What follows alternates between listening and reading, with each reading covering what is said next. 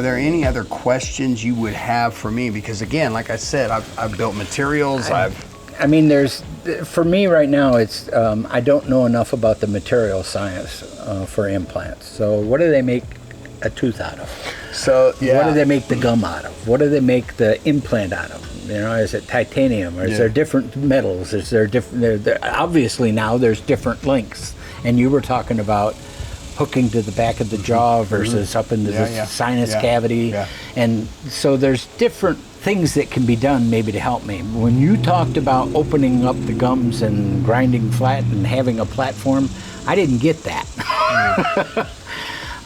So maybe that's why I had the failure that I had, is that I wasn't prepped correctly. I didn't expect to be done in one day, and I wasn't done in one day. It took over a month to get done.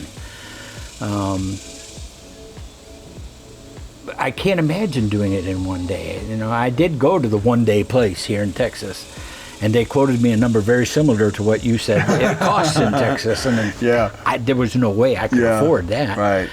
We talked about some financing options, but I was already in some financing arrangements where I was still paying off cancer treatment for my son. When he had cancer, I didn't have insurance that covered it, so I was in financing on that. Yeah. So I didn't have the money to do that kind of a program. And the guy I found locally was willing to work with me, gave me a payment plan, let me, pay it off over time, but I wasn't satisfied with the quality, and I had a difficult time talking to him about the quality. He felt challenged, I guess, with me saying, well, it fell out twice, and you want me to pay more money to put it back in again? And he made it seem like your fault, didn't he? Yeah. And that is okay. Let's answer some of those questions. There's a bunch there I put in. No. Let's start off one question at a time. You asked about the material. Number one, implants are made from titanium. Sometimes they can be made from zirconia. The zirconia implants are more ceramic. They'll call ceramic. They're always more expensive, and they don't osseointegrate as well, meaning they don't become one with the bone. Right. Titanium, if somebody's going to get a new knee or new hip or new elbow, whatever, it's always titanium, and it goes the same with an implant, because an implant, titanium is the closest thing that will fuse with our bone. So no other metal alloy will, and so titanium. And so even what they'll do on the titanium, so it looks, again, it's a little post, it's got the screws and all that kind of good stuff, but they will surface treat it, and so they will actually sandblast it and make it rough so that the bone will adhere better. You don't want a smooth surface, right. You want it to be able to grab and grip. There are some, like MIS has this awesome V3 out that will, it's actually triangulated head, so you actually keep more bone in between your implants and teeth, which is really important for its success. I would think, after having the failures, and the doctor you went to, I know, works with MIS, so I'm a little surprised this didn't get suggested, but the V3 or another comparable on whoever you go with. Big fan of MIS, but there's a lot of other good brands out there. Now moving on to the restoration piece of it that the actual teeth are made of.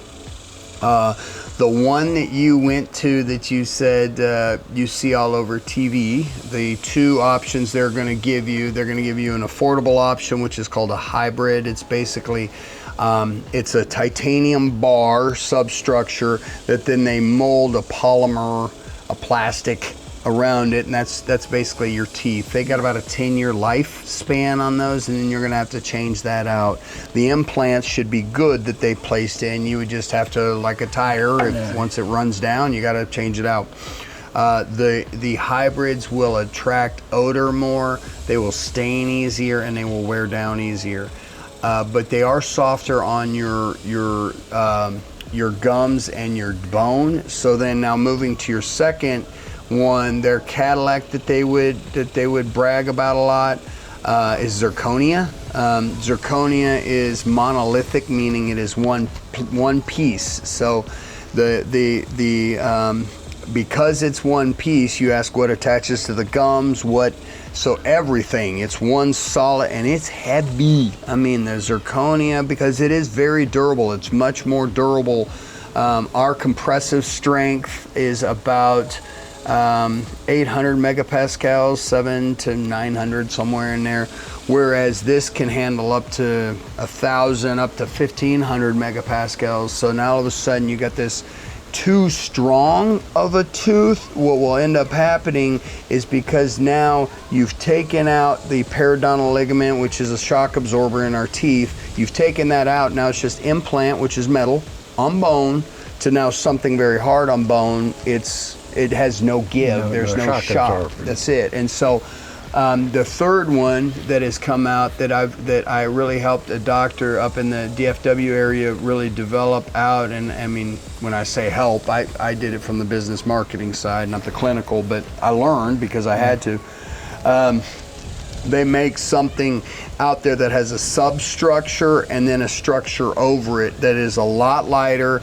It has the same compressive strength as our teeth, and when they bond them together, they have an actual chemical bond, so they won't fall apart. They become like one piece.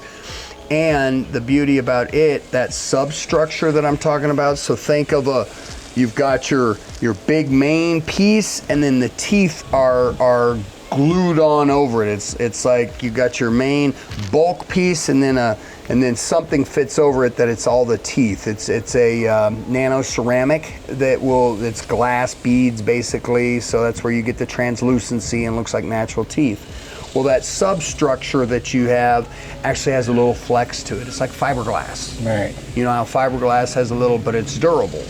And so this has a little flex to it, so that when it is attached, it will take your bite and it will actually just let the impact rest there instead of actually go to your jaw. So the three that are out there for materials is a hybrid, which is basically like a plastic, a zirconia, which is very heavy and very strong, but when it breaks, and it can break, it's catastrophic. I would personally never do zirconia.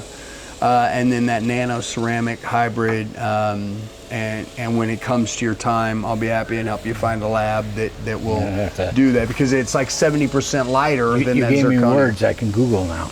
Yeah, I can do some research on my own now. Yeah, I just didn't know what to look for. Yeah, and most people don't, hence why we're doing this, because they don't know where, and it's okay. I didn't.